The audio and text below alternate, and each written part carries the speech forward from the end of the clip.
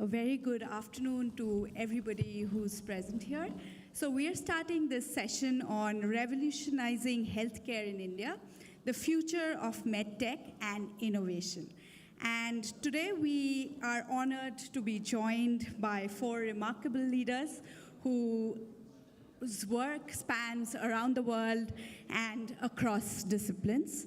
And we are at the intersection of technology, entrepreneurship, and healthcare innovations in this session.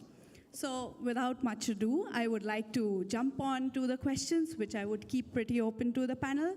And just for the interest in time, we'll try to keep our answers short so that we can answer more questions. So each of you come from a very distinct background. We have venture capital, digital pathology, and neurointervention.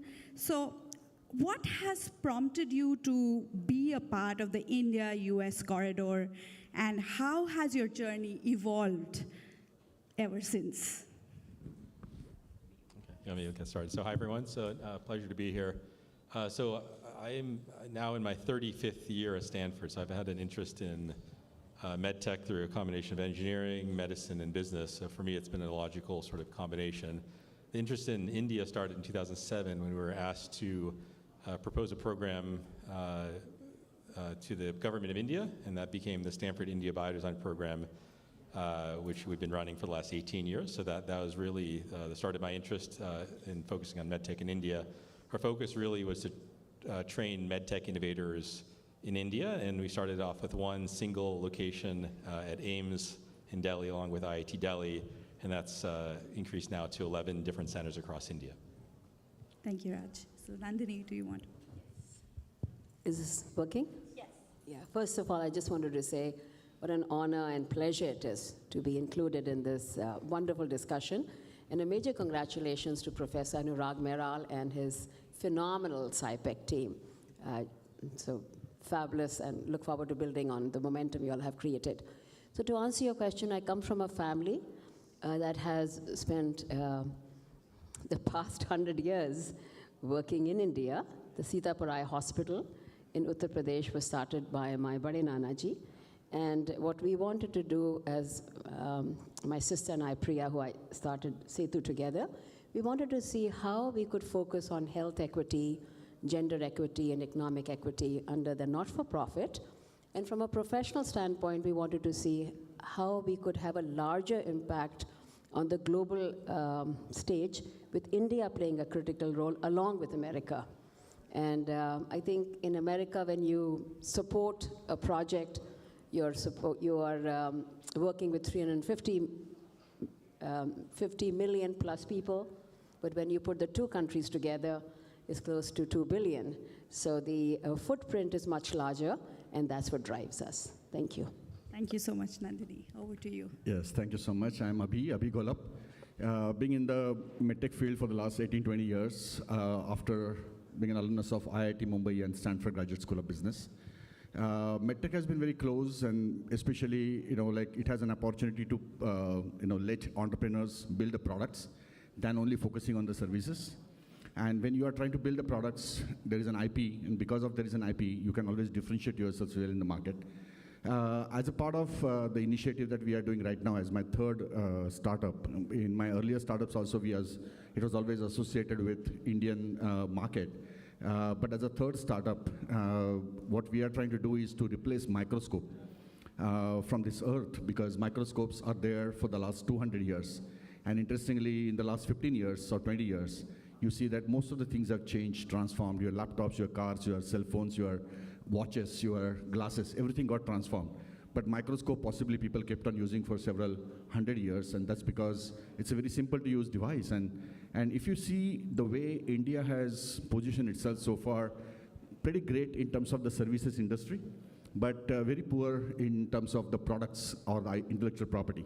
And I think, the whole idea here is that how do we bring more objectivity in the pathology industry, because pathology industry relies heavily on the microscopes. And that is where when 67 to 70% of the healthcare expenditures are controlled by pathology, because pathology industry is the first gatekeeper to do the diagnosis. So that's where, how do you replace a microscope with a more objective device which is more consistent and repeatable. So that's kind of the whole aim here, from the perspective of the women's healthcare, which we'll eventually discuss. But that's why I'm here. Thank you.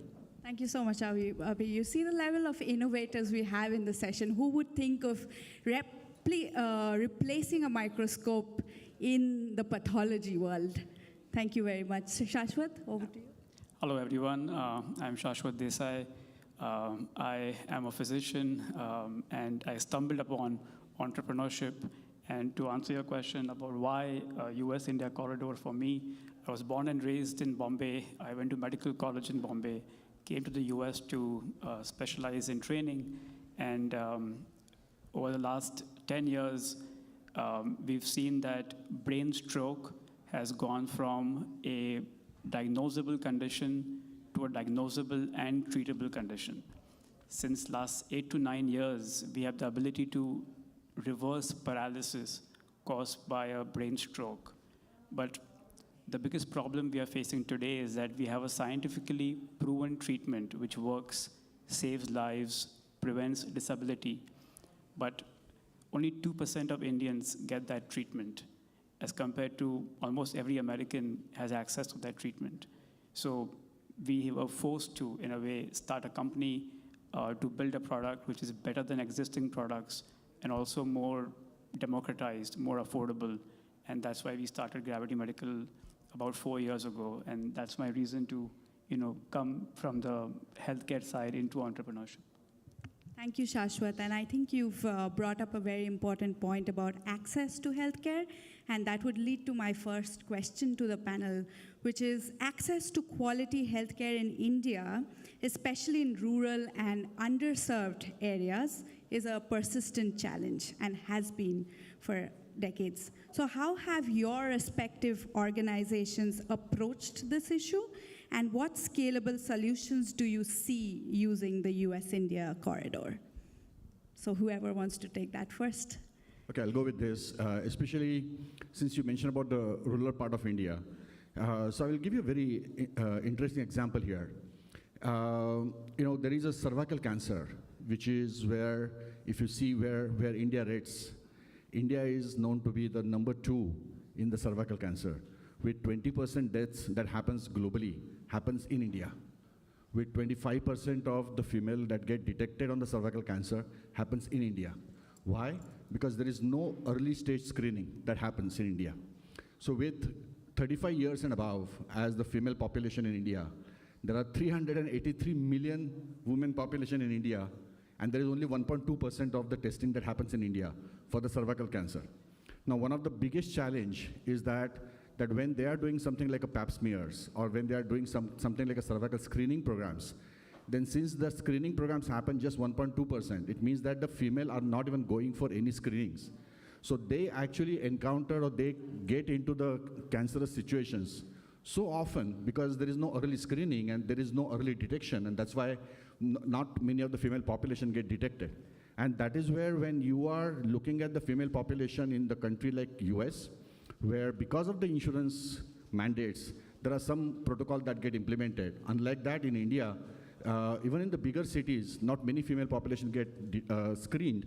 And forget about the rural India, because in the rural India, females are not interested to go to the hospitals, and then the pathologists who are supposed to do this testing, they are not interested to go to the smaller cities or the smaller villages. And because of that, introducing a technological solution which can be a replacement to a human pathologist, which can work on the digital images and generate a solution, became one of the important aspects. And that's what we just demonstrated, which was inaugurated at the hands of Prime Minister of India in collaboration with Reliance Jio, where we can actually do the screening of the women population for the cervical programs, so that only those female patients who are detected abnormal can now be called to the bigger cities for the further follow-up. And then the rest of 95 to 98% who are anyway normal should be let go home, so that the next time after 2 years or 3 years when they come back, there is a less probability of they developing the cancer. Thank you, Abhi. And Nandini, you would like to add something to Yes, because it's very cogent. First of all, totally agree with everything what you said. And the rural population, not only in India, but even America, has very large white spaces. because physicians who have spent so many years training are reluctant to go and spend their time. And so my sister Priya and I spent some time in Alabama, and what we found, it takes them about 3 hours to get to a clinic. Now, going back to India, and specifically, there are several things that we've been engaged with in rural, and especially with women's health. And that's why I wanted to take a page from what my fellow panelists have said. We are focusing on early breast cancer detection. And earlier, when you had asked the question about the background, I was amiss in not answering it. I am a scientist by training, and with a PhD in imaging background. And then I worked in a semiconductor think tank using my imaging background. So I bring the biotech and semiconductor background to the table. And then I was sent to Stanford to launch 2 products. And I was chief business officer of a company and then venture capitalist. Having said that, and having invested in 14 proprietary technology, in the case of rural, those don't apply. Because you have neither the clinics nor the woman power or manpower to take care of the patients. So what we are doing, just because you have a hammer doesn't mean you go looking for a nail, right? Just because we have technical background doesn't mean that's what we take to the rural area.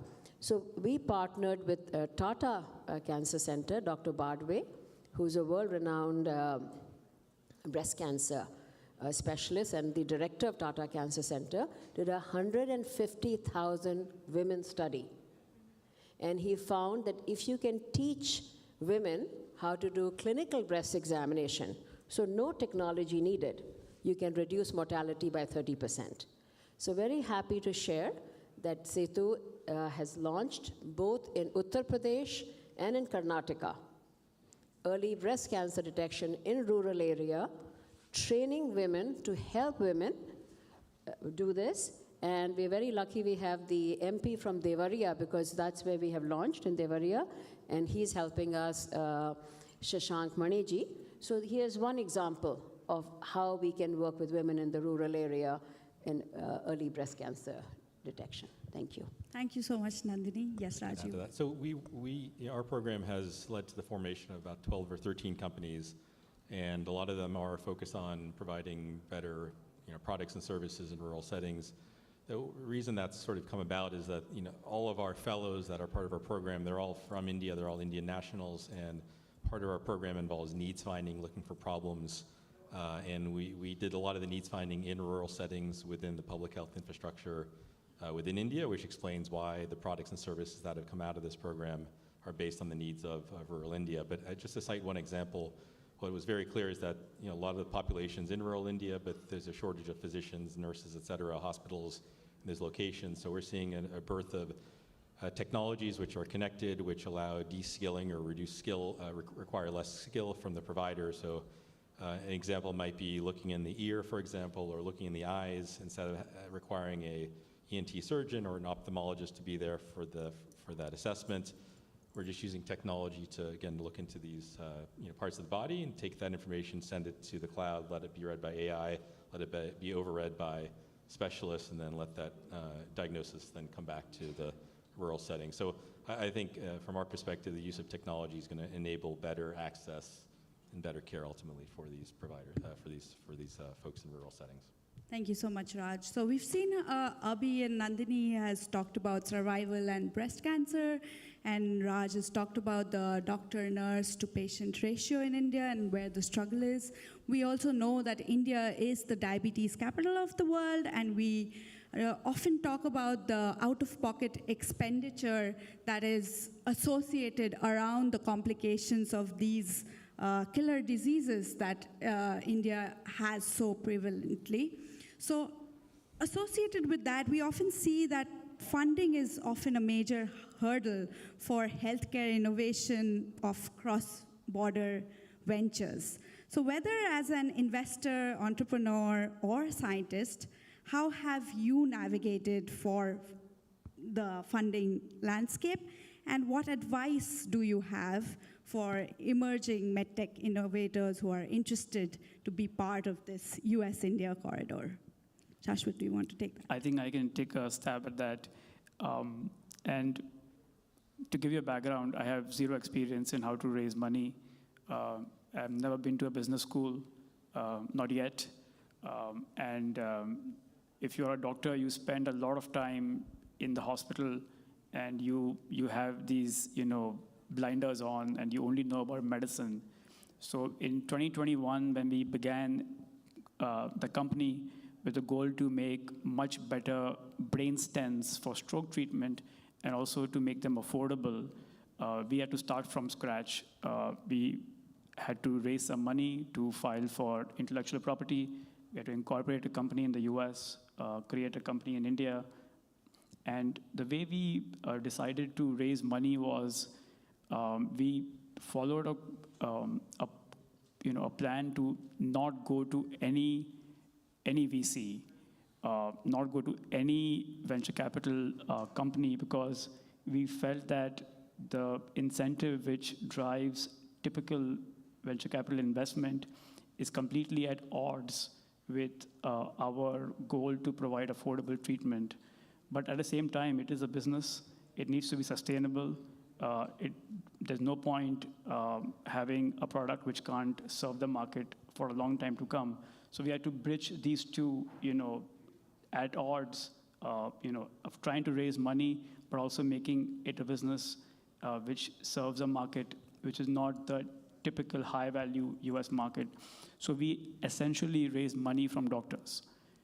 We have assembled a group of more than 80 physicians who are like-minded, who could contribute financially, who can contribute with their time, advice, expertise. And that has actually got us through a stage where we have 2 Class C devices approved in Southeast Asia, on the verge of approval in India and European Union. So I think while there are known traditional funding strategies out there for MedTech companies, but it might be worth considering finding a like-minded group of people who may support you in your journey, at least early on, until you can grow from that stage. Thank you so much, Nandini. Abhi, will come to you. Yes. So it's a very, very important question, because we all are looking to have next generation of innovative solutions. And I feel very grateful for the opportunity that Professor Anurag Meral and Professor Raj Doshi have provided through Stanford Biodesign, because Setu has been working with them and has taken a page from the Stanford Biodesign and seeing how we can support the entrepreneurs in India.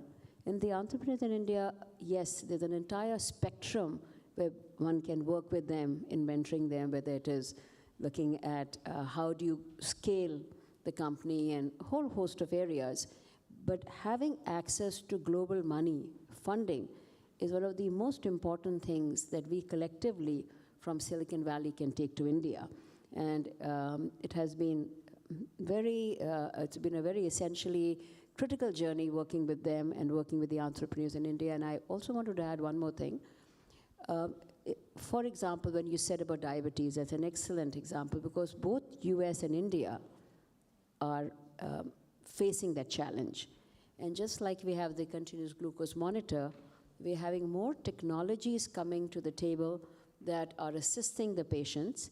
And this is where if India can make a lower cost version or another generation of what continuous glucose monitor or those kind of solutions are providing in either diabetes or in other areas, then it's easier for them to attract money from US, because especially in today's climate, where making America great again, making India great again, manufacturing in your backyard is so important. So if we can split the baby and see where does it make more sense to have manufacturing in India versus manufacturing in America, and then put that collage together, then it makes it easier to raise money externally from India. And we raise money from Taiwan primarily because they have a lot of strength in engineering in multiple areas, but they would like to bring those engineering strengths in the MedTech, biotech arena, and hence we could raise money from them. So these are certain examples. Thank you. Thank you, Nandini. Yes, sir. So I would say that raising the money is not really a challenge. And the reason I said that is because my first startup, we raised around $35 million. That company got acquired by Roche Diagnostics for $100 million. Then I started my second company. We raised around $14 million. The company got acquired by Becton Dickinson at $75 million. So with these two startup experience that I have in building the MedTech, and as Mr. Agarwal just said in a panel before, that think global. I think that's the key part here, because if you're really thinking about a product which can be globally acceptable, then raising the money is not really a challenge, because there are people who are ready to put the money. And investment market is all about a herds mentality. So if you have got like somebody, first person is investing, others will come and invest. The challenge is that how do you return that money back to the investors with good returns? And that's where I think the product differentiation plays a significant role. In my first two startups, I never raised money from India. But now in my third startup, I'm raising money also from India. So we have raised $43 million so far, $43.5 million so far for these digital pathology initiatives that we are taking. And I'm very happy to tell you that $17 million from that has come from an investor in India. So the thinking process in India is like significantly changed, not because there are now almost 800 medtech startups in India with a potential of almost generating $50 billion of revenues by 2030. So the investment landscapes are very clear. People are there to put money. There are also, the middle class definition of India has now really widened. And because of that, there are a lot of requirements that they have in terms of having the medical devices at the fingertips to do the diagnosis at home. So from all this perspective, I think MedTech definitely sounds like a good opportunity on the horizon for people to go and invest and entrepreneurs to go and do some good innovation so that it can still stand well on a global impact. Right, Raj. If I could add to that. So we've worked with maybe 30 or 40 companies at this point, and I'd say for first-time entrepreneurs, it is difficult to raise money.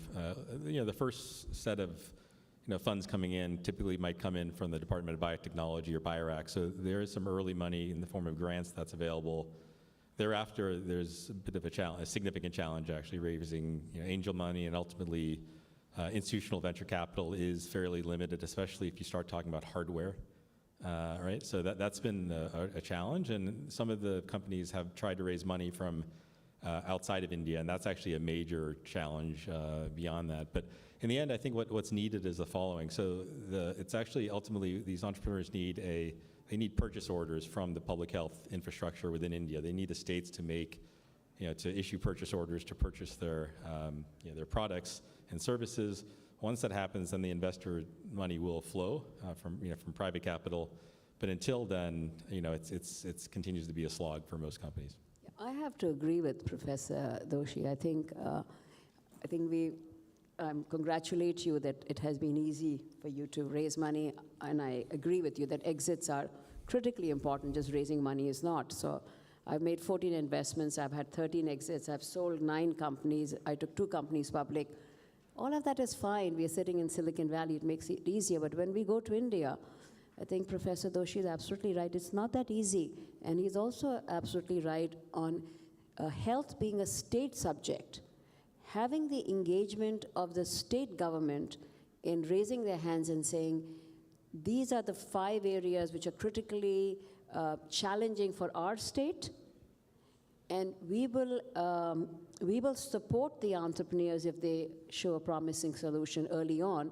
I think it's very important. Unless we have those policy changes, it is not fair to the entrepreneurial community in India to be able to get the leg up that other places have.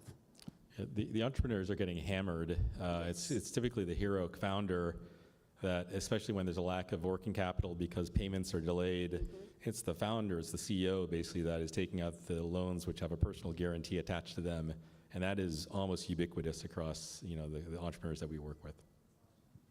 I think one point I'd like to add is that before this panel, we saw multiple different panels about the Indian startup ecosystem, going from tech to environmental science, defense.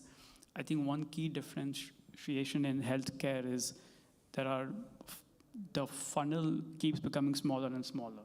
The number of VCs who fund tech is much more than the number of VCs who fund healthcare. Within healthcare, they're mostly health tech VCs. Within that, only a minority funds MedTech. And it's important to identify and not take investment unless you understand that they understand that this journey is a long journey. You are not going to make and break things. You're not going to see an ROI in 2 years or 4 years. Most pharma or medtech product cycles are very long. There are regulatory compliances which are huge. It's the most regulated field on the planet. And the risks are also high because you're dealing with human patients. It's highly sensitive. So your investment partner should have that understanding that there is going to be a long life cycle to this. The returns will come, but you have to wait. So whether it is money flowing from the Silicon Valley to India or using money that is in India, standing here in 2025 today, I think we are talking about collaboration, which is the key theme. So whether between countries, institutions, or sectors, can you share a story or a lesson from a cross-border or cross-disciplinary partnership that significantly influenced any of your work? Yes. I can give an example. So we are building a stent which goes inside the artery in the brain. And the job of that stent is to remove a blood clot which is blocking the artery during a stroke. And when we remove the blood clot out, blood starts flowing again. And the patient who had paralysis, you can reverse the paralysis. So if you look at this treatment, it's a magical treatment. A patient comes in with paralysis, we remove the blood clot, patient starts walking again. If any of you see this, you will think this is outstanding, and it truly is. And that's why I like to do it. But to make this one stent, which is just 4 millimeter by 40 millimeters, there's a whole lot of research and development which goes into it. And to answer your question about collaboration and how we actually made it cost effective is before any device goes into the human body, you have to do a test called as biocompatibility test. And this test tells you if that product, when goes inside the body and comes in contact with blood, is it safe or not? And this is a regulatory requirement by every agency in the world, US FDA, India CDSCO, EU, any FD. So since we were trying to make a cost-effective device, we wanted to keep our R&D costs as low as possible, but ensuring safety. So we went shopping around the world to look at where can we do biocompatibility in a manner which is good, and the report we get is acceptable across the world. So I went to labs in the US, and they quoted us $350,000 to do biocompatibility for a stent. I went to a lab in Israel, they told me $200,000. I went to a lab in Ahmedabad, they said $47,000. And they all give the same report. But to manage this ability to find the correct lab whose report will be valid and accepted across the world, we had to really collaborate with stakeholders in the US, confirm with the FDA, they will accept that report, go back to India, make sure they will file the report in the manner and format we want them to, and we were able to do that, and that report has been accepted. So this is a good example of how you can decentralize R&D to your benefit and for cost and time efficiency. Thank you, Shashwat. Do you want to add anything to that, Nandini? You know, given the paucity of time, there are multiple examples, but I really like your next question. I'm waiting for that. Okay. So we'll move on to the next question. So what role do you think, or do you believe the US-India corridor can play in shaping the global MedTech landscape? And not just as a market, but as an innovator or exporter of cutting-edge healthcare technology? Okay, so I think that's a very, very important question. As we know, US and India have celebrated partnership going back many decades, but the trust that the two democracies have today has never been higher. And in any partnership, any collaboration, whether it's multi-sectorial, whether it's multinational, or what have you, the trust aspect is very important, and that's there. The second thing in partnership is very important, that you need to, both parties need to have their, whatever they find important in that partnership met. So it should be shared, it should be win-win, and it should not be that the win-win is that I win and then I win some more. So US-India brings that to the table.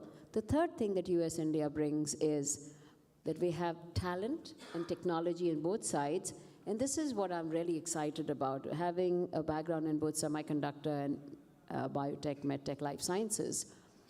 As we all know, semiconductor have become ubiquitous. So now the automobile industry is actually wheels on semiconductor. And more and more industries are relying on semiconductor, and MedTech is also going to be very much reliant on that, just as AI is going to be pervasive. And I think because of the coming together of deep technology along with health tech, the solutions that are going to come out of these two countries working together will be pretty phenomenal. An example, in also serving the rural area, like distant surgeries through robotic, or the imaging, or the ability to read images just because of the three-dimensionality and all the data that we'll be having. And both countries share a strong capability of having data. So in the case of India, I think it's coming up to speed as to how to make sure that that data is utilized in a manner that it is statistically significant. America has had the history of making that happen. So the two coming together and the regulatory processes being shared and better understood will allow us to have that happen. But I think it's a very exciting time in the two countries coming together, and I think a lot more solutions will come out. Thank you so much, Nandini. And with that, I think we'll open the floor to questions from the audience. If any of you would like to ask. Yes.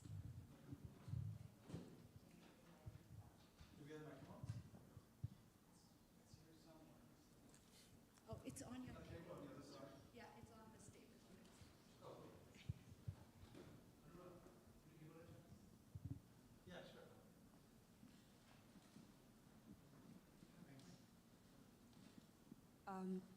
Hi, this is Sharanya. My question is for Shashvat. So you spoke about the stunt that's used in the brain.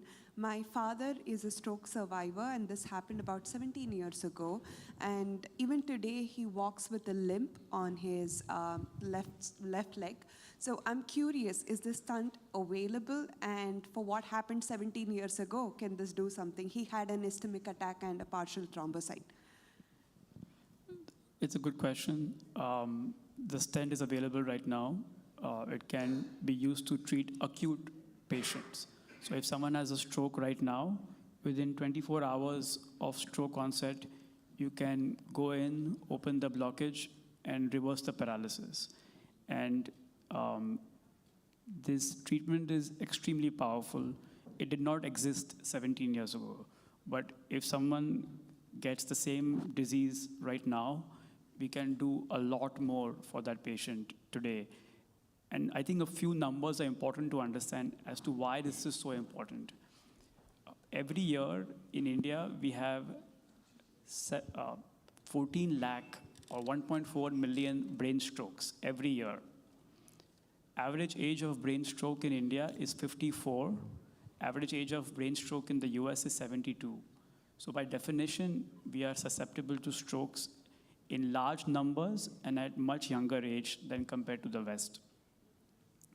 Of the 14 lakh strokes, 4 lakh patients, 400,000 require this surgery to be done to reverse their paralysis in India. In 2024, this treatment was only offered to 4,500 patients. So 3,95,000 patients approximately, or 395,000 patients remain paralyzed because we are not able to offer a life-saving treatment which we know works. So that's what we are trying to solve. Thank you. We have time for another question. My name is Karthik. I work in semiconductors with interest in policy. So I understand the mode for MedTech, product innovation, et cetera, et cetera. I'm sorry, I can't hear you that well. I understand the mode for product innovation in MedTech. My question is, why can't India be like a medical tourism hub, exporting services like we did in software, given the fact that there are many southern states where the number of doctors per 1,000 individuals is beyond the benchmark suggested by UN, and fairly most of the hospitals are now corporatized with well-structured, one-stop all care solutions. So what is hindering such situation, given the fact US, UK, most of the hospitals have expensive insurances, huge wait times, and many Indians here do go to India to get their surgeries done? Should I take Yeah, that? sure.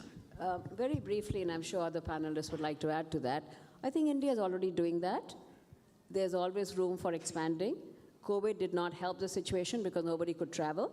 So the thread has been picked up. And also there are insurance policies, at least in this country. So if you go and get treated overseas, and then that it could have ramifications when you come back. And so there are multiple areas that can be ironed out, but I think India is already working strongly towards being a hub for medical tourism. I'd like to add that India is a leader in medical tourism already. We are the 4th or the 5th largest medical tourism market in the world. We are facing some competition from English-speaking countries which can offer medical tourism like we do. Also, we are the largest exporter of medical services in terms of doctors as well. 1 in 5 US doctors are of Indian origin with an Indian passport. So India exports a lot. And to add to the US-India corridor, since there are so many Indian physicians in the US, that corridor can be very innovative because they already have connections with hospitals in India to do trials and innovation. Thank you very much. So with that, do you want to ask your question? Okay, that's the last one we are taking because we are running out of time. So if you could make it really quick.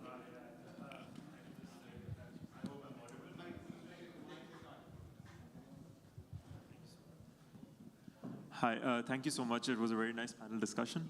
There was a lot of talk about thinking for the global systems. So I just want to talk specifically about MedTech. How, is it possible to actually sort of escalate it to a global solution, considering a lot of different regulatory compliances in different countries, lots of different democracies, different socioeconomic factors, and so on? Is the question, can a product in India be made for global population? And the answer is yes, and we're seeing that with several of our companies. Several of our companies have each treated or diagnosed about 20 million lives each, and those populations are in India, but also 20 different countries. So no, the answer is India is coming. It will be a global hub for MedTech, and it's already here. Yeah, I think we're very bullish on that, actually. I think that trend is very much there, and we believe in that trend. And I think the AI and semiconductor will only help it. Thank you. And on that positive note, I think we'll call a close to this session. Thank you very much to all the panelists.